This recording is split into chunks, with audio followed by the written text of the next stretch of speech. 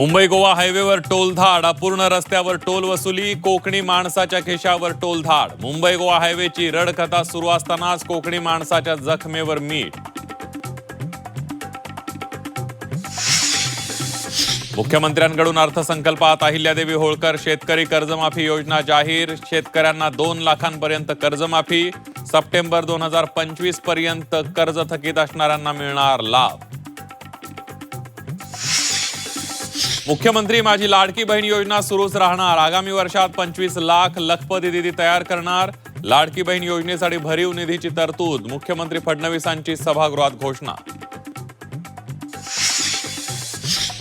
कर्ज काढून फटाके फोडल्यासारखा अर्थसंकल्प. उद्धव ठाकरेंची अर्थसंकल्पावर टीका, तर शेतकऱ्यांसाठी फसवा अर्थसंकल्प असल्याचाही आरोप.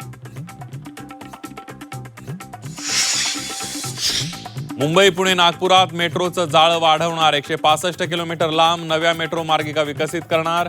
वडाळा ते गेटवे ऑफ इंडिया मेट्रो सुरू करणार. अर्थसंकल्पात मुख्यमंत्र्यांची घोषणा.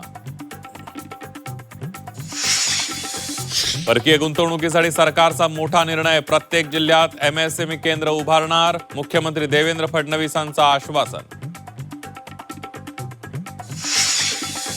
सर्वसामान्यांना परवडणारी 10 लाख घरं बांधणार. मुख्यमंत्र्यांची अर्थसंकल्पात घोषणा.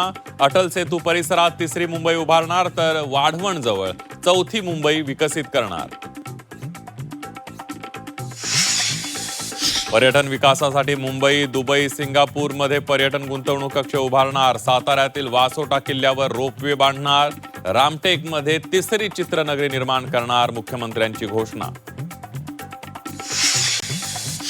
अजित पवारांच्या विमान अपघातात प्रकरणी FIR घेण्यास अद्यापही टाळाटाळ सुरू. रोहित पवारांचा आरोप. अजित पवारांचा घातपात झाल्याच्या आरोपावर रोहित पवार ठाम.